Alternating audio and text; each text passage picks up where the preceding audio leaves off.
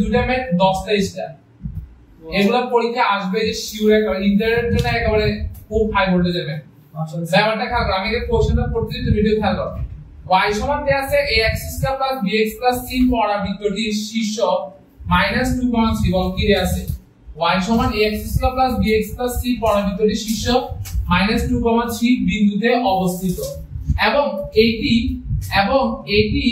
0,5 বিন্দুগামী হলে a b c এর মান বের করো ঠিক আছে এখন দেখো আমাকে একটা পরাবৃত্তের সমীকরণ দিয়েছে মনে করো গিভেন দেয়া আছে y ax² + bx + c একটা পরাবৃত্তের সমীকরণ দেয়া আছে আচ্ছা এখন তুমি বলতে পারবা এই পরাবৃত্তের সমীকরণ দিয়ে কি আমি কোনো কিছু আন্দাজ করতে পারবো এই পরাবৃত্তটা কোন অক্ষের উপর অবস্থিত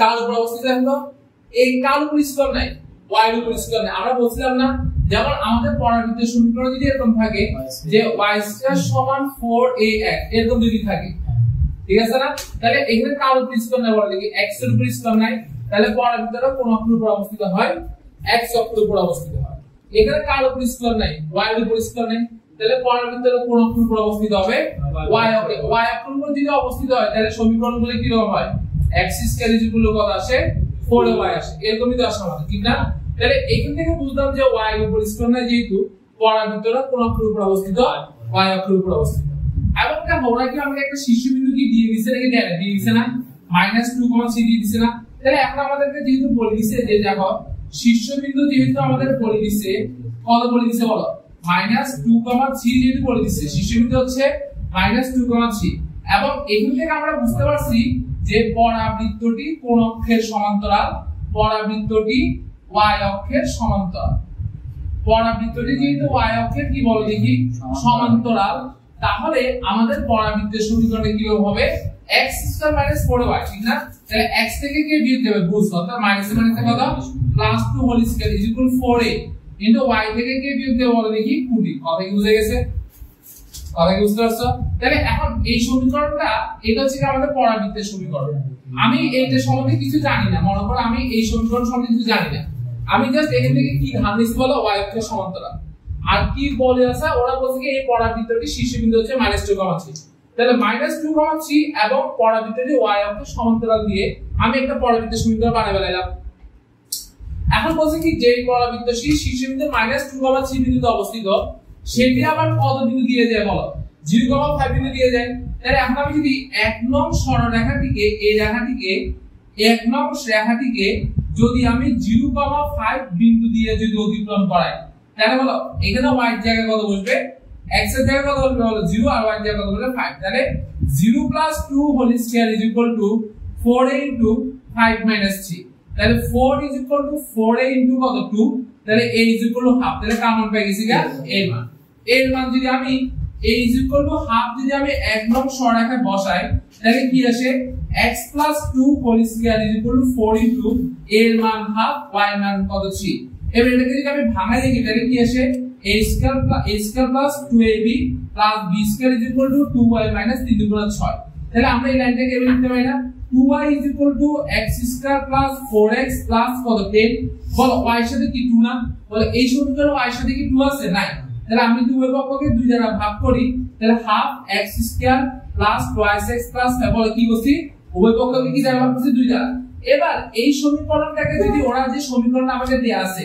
কত সমীকরণ দেয়া আছে y = ax² + bx + c সমীকরণ দেয়া আছে এত এর সাথে যদি আমরা কি করে পাই এত এর সাথে যদি আমরা তুলনা করি তাহলে a সমান কত বলো দেখি a সমান কত বলো দেখি হাফ a সমান কত বলো দেখি হাফ b সমান কত বলো দেখি 2 আর c সমান কত বলো দেখি 5 বুঝতে পারছিস না বলো দেখি বুঝতে পারছো মানে ওরা আমাকে যে সমীকরণ দিছে আমি বলছি সমীকরণ জানি না ওদের জাস্ট পরাবৃত্তের শীর্ষবিন্দু আর সমীকরণ থেকে y এর সমান্তরাল দিয়ে আমি আমার মতো ম্যাথ করলাম ম্যাথ করার পর সমীকরণটাকে জাস্ট ওদের আদর্শ সমীকরণের সাথে কি করলাম তুলনা করলে দেখলাম যে a এর মান কত আসছে হাফ b এর মান কত 2 c এর মান কত আসছে 5 যেমন ওরা বলছে এবার দুই নম্বরটা দেখো x = ay² + by + c পরাবৃত্তটি শীর্ষবিন্দু হচ্ছে 3, এই পরাবৃত্তের শীর্ষবিন্দু 3, এবং এই পরাবৃত্তের শীর্ষবিন্দু মাইনাস দেবে এই পরাবৃত্তটা 5,0 বিন্দু দিয়ে দেয় আমি মনে করি এই পরাবৃত্তের সূত্রটা আমি জানি না তাহলে আমি এখন কি করি শীর্ষবিন্দু 3,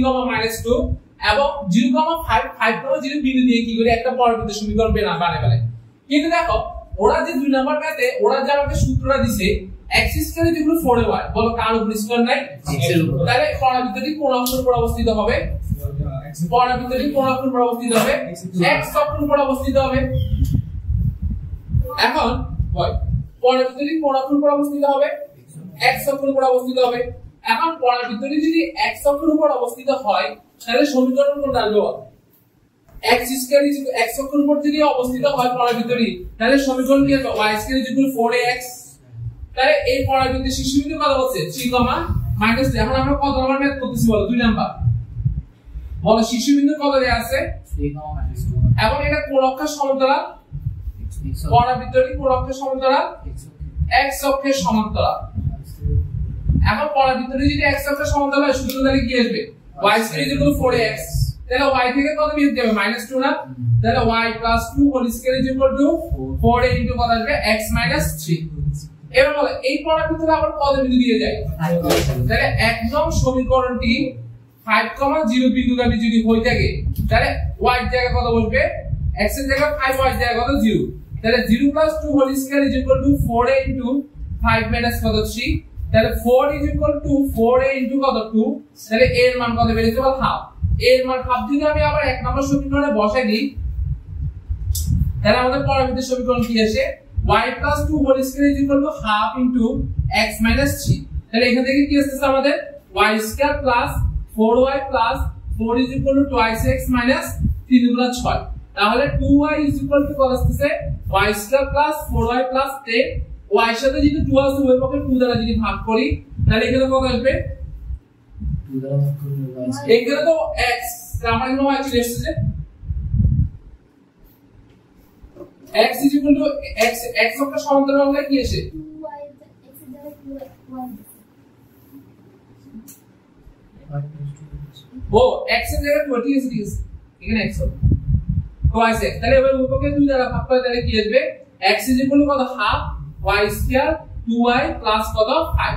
এবার এটাকে যদি আমরা ওই কোশ্চেন আদর্শ যে কোশ্চেনটা দিছে সেটার সাথে যদি তুলনা করি x সমান a y square plus by plus c এর সাথে যদি তুলনা করি a সমান কত বলা? হাফ, b সমান কত 2, c সমান কত 5। লেখো শেষ। পরবর্তী শেষ। বুঝতে পারছো না? হ্যাঁ সামনে চলে এসে